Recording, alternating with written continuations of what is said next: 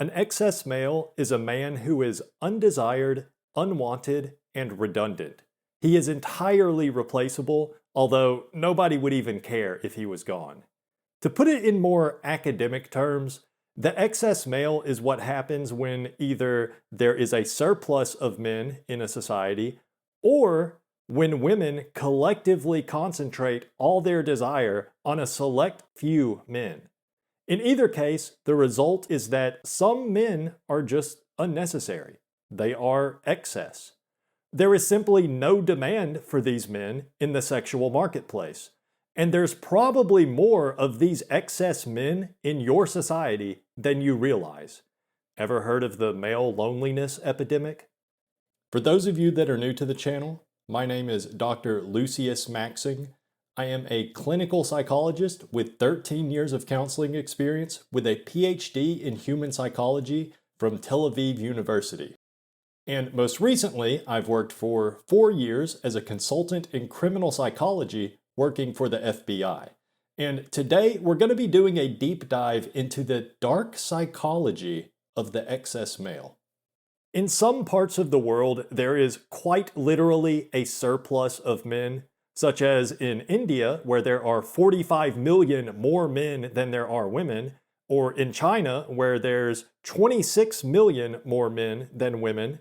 So in a society like that, it's easy to see how some structural problems might emerge. As you could probably guess, when there's millions more men than there are women in a society, that means there's a group of millions of men that are doomed to face romantic rejection. Now, theoretically, if a society was sufficiently polyamorous, it could be possible for most men to experience intimacy in some quantity, but realistically, pretty much every major society in the world is monogamous. Yes, there is some amount of sleeping around and all that, especially in the Western world, but even so, what we tend to see in some of the more promiscuous societies is that it might be common for women to have multiple partners, but it's still a relatively small number of men that end up being selected by many women. So the problem of excess males persists. And wherever there is a sizable population of excess males, there are certain problems that a society faces. So in a society like India or China, for example, what we see are markers of broad social instability. So that means increased crime rates, increased susceptibility to radical ideologies, rioting, formation of gangs, and we also tend to see things like declining birth rates, an increase in single-person households. And socially speaking, in these societies with large numbers of excess males, there's not a lot of trust. These tend to be low-trust societies, so the type of place you wouldn't really want to leave your laptop sitting on the table when you go to the restroom. And there's rising unemployment, social and political unrest. I mean, it's bad, basically. Historically, a large surplus of excess males is usually a sign that things are about to go downhill, whether that be war, revolution, or just total societal collapse. But India and China and places like that are not the focus of this video. See, even in societies where the ratio of male to female is fairly balanced, there can still be a relatively large number of excess males. There doesn't have to be a surplus of males in order for there to be excess males. It just depends on how much freedom of choice the women in the society have. So currently, modern societies in the Western world, like in the United States where I'm from, where women have more freedom than ever and there's less social stigma than ever before placed on a woman's lifestyle choices, these societies actually do have a relatively large number of men that, due to no fault of their own in many cases, they just are not desired. And they are essentially doomed to live out their lives with little to no romantic success. And that's a big problem. I should know. I am one of those men. I'm not really a psychologist, by the way. I just made that up, but I am qualified to talk about this subject. I'm actually more qualified than a clinical psychologist with 17 years experience, or whatever I said. I myself am an excess male. Okay? I am living this life. So I know what it's like. I know how being biologically redundant and entirely undesired can affect a man's mental state.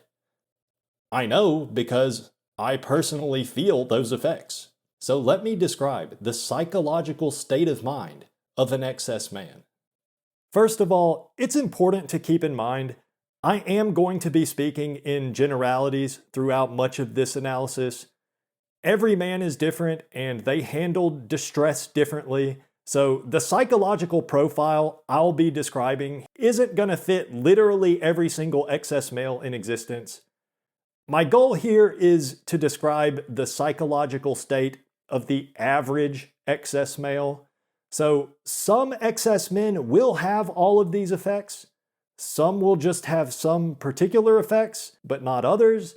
And some excess males just won't have any of these effects at all. Although most will have at least some. Okay, so with that in mind, what is going on inside the mind of the excess male? The psychological effect I think is most common amongst excess males is a strong belief in one's own hopelessness. And it seems kind of obvious if you think about it. We're talking about men that are not receiving any positive attention from women, no romance, no intimacy, in most cases, no friendships even.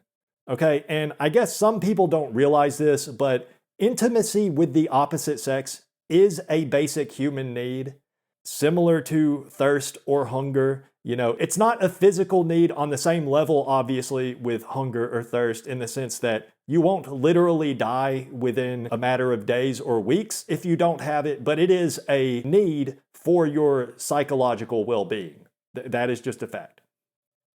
And there's two parts to that, okay? There's the physical intimacy, as in sex, and also other types of touch intimacy, like a hug or a woman scratching your back while you watch TV together, things like that.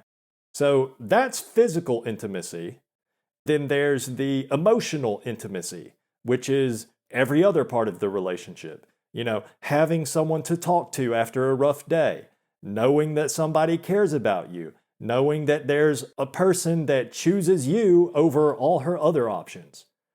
That is important for your mental health. It's very important. Okay, so both of these components to intimacy, these are things that are missing in the excess male's life. It is normal for most people to go through stretches at times where they're lacking in intimacy, but imagine it being like that for your whole life or for years upon years at a time. It makes you feel rejected because you are. It's not just a feeling in most cases. Excess men usually have attempted to various degrees to get out of their situation, but they continuously face rejection. So there's a deep-seated belief that sets in for excess males that life is just hopeless. It feels like no matter what you do, there's no way you're going to be able to pull yourself out of this pit of loneliness and despair. And that hopelessness can manifest in a number of different ways. It's common for excess men to adopt a nihilistic view of the world where they feel that nothing really matters. There's no purpose behind anything. It's all just pointless. That's one reason why it is extremely common for excess males to essentially drop out of society. They feel like it's pointless to even try to improve their situation. And life is meaningless anyways, so why try? Why put in the effort when you get nothing in return? So what we see is that a lot of excess men don't work. They don't try to find employment. Or if they do, they often work in low-wage, non-professional positions where They don't actually try to do a good job or anything because, again, why put in the effort when your entire life you've never been rewarded for it? Now, I know a lot of you right now, as I'm describing the internal life of these excess men, you're probably picturing a slobby, archetypical neckbeard still living at home in his mom's basement, someone living the neat lifestyle essentially. And that is the case for a lot of excess men. That is more or less how my life is going. But you need to realize there's also a lot of excess males that don't have that support structure. They don't have parents or other family members that are willing to support them in that way. So, what happens to those men? Well, a lot of them are homeless. A lot of them turn to substances. And unfortunately, some of them choose to no longer exist.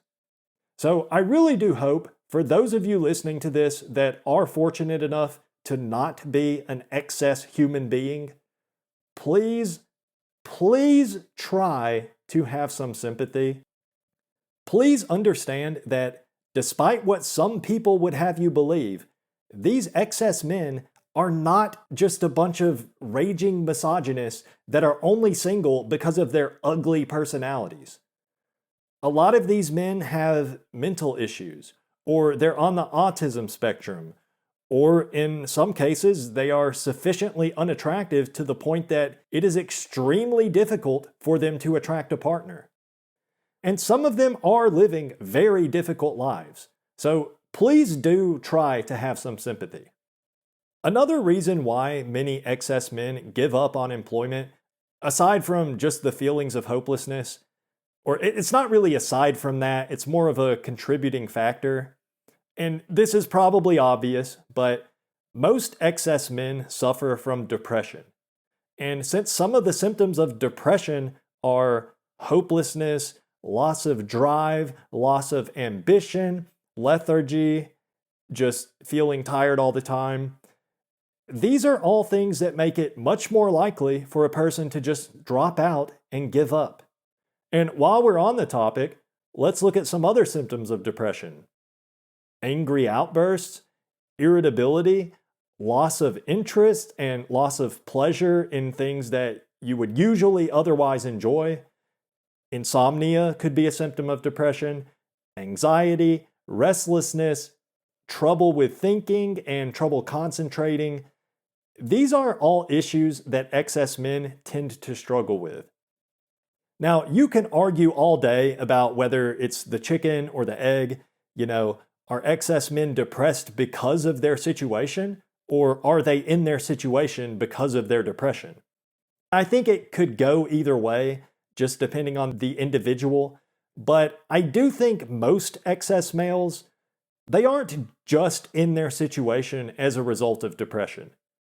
Depression probably makes it more difficult for a guy to climb out of that situation, but I think depression is a natural consequence of the rejection that excess males have faced. So in most cases, I think the depression comes afterwards. Okay, so we talked about how excess males suffer from feelings of hopelessness. They suffer from depression and everything that goes along with that. So, as I'm sure you could probably figure out, a lot of excess men are left in a very vulnerable position. I mentioned how excess males might sometimes adopt a nihilistic point of view, but there's also a lot of people, excess males included, that just are not naturally inclined toward nihilism. So a lot of excess men, they aren't nihilistic, but they are searching for meaning in a world that they feel, perhaps rightfully so, has been nothing but cruel towards them. So what happens when you have someone that feels an overwhelming sense of hopelessness and they are vulnerable, but they're searching anywhere and everywhere for meaning?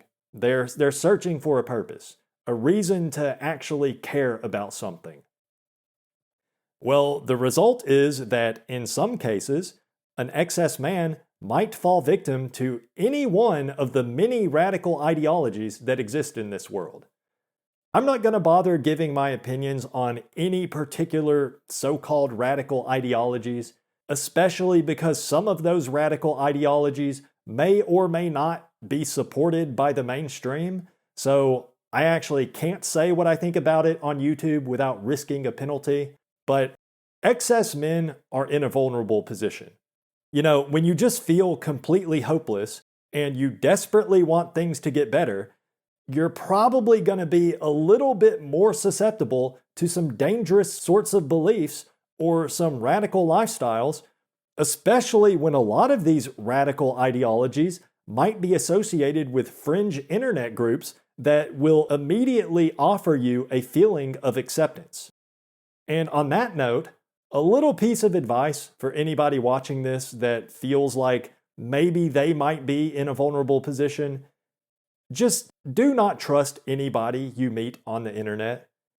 It's one thing to chat with people or maybe do some gaming together or whatever, but if anyone you meet online ever asks you to do something even a little bit suspicious, or they ask you in some way to incriminate yourself or to give them some of your personal information, don't do it, okay? And stop talking to that person. Seriously, don't do it. Okay, now I want to talk about something that makes being an excess male extra difficult in the modern age. And remember, I am an excess male myself, so this is something I know all too well.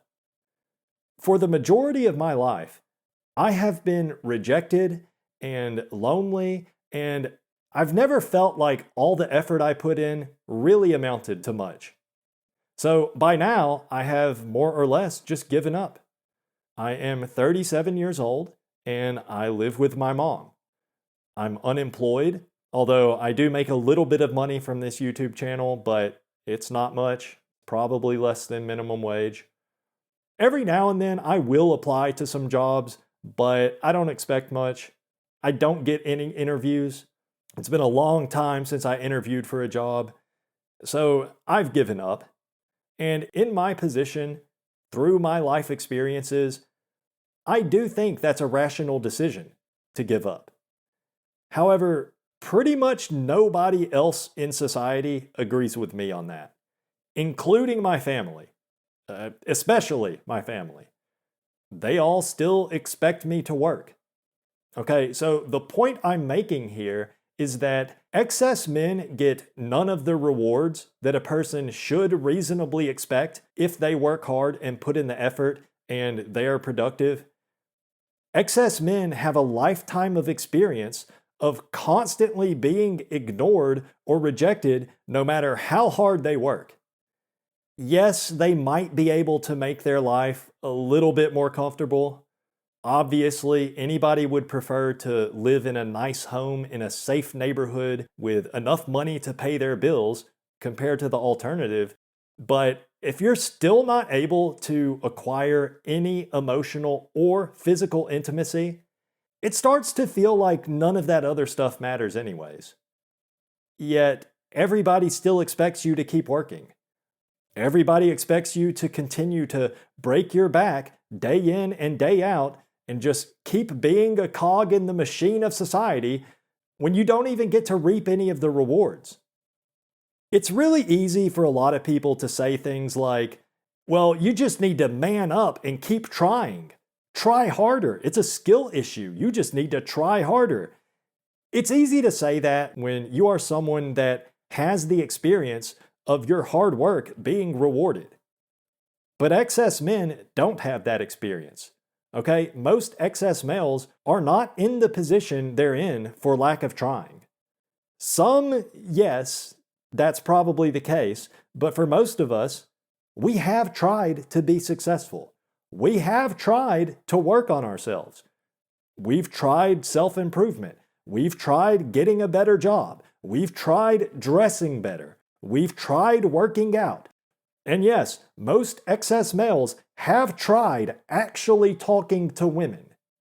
So it's extremely frustrating whenever someone says to us, you just gotta try harder. It's not just frustrating, but it's very isolating. I know for me, that's the kind of statement that just makes me feel very alone, and it makes me feel like nobody understands me. Because, yeah, duh. Of course, I have tried various things to try to get out of this situation. I don't want to be left on the sidelines. I want companionship. Believe it or not, I want to start a family someday. But I'm already 37 years old. So, it's probably already too late for me for that. But yeah, all I'm saying is you have to understand that all that self-improvement advice that might work for a lot of people, it's probably not going to work for most excess males because there are reasons societally why these men struggle. I know a lot of people don't like hearing this, but a lot of women in this society have very high standards. And that makes sense from their perspective. I can't really say that the women with high standards are wrong for having those standards when the reality is they usually are able to get what they want. But those standards are a big problem for a large portion of the male population.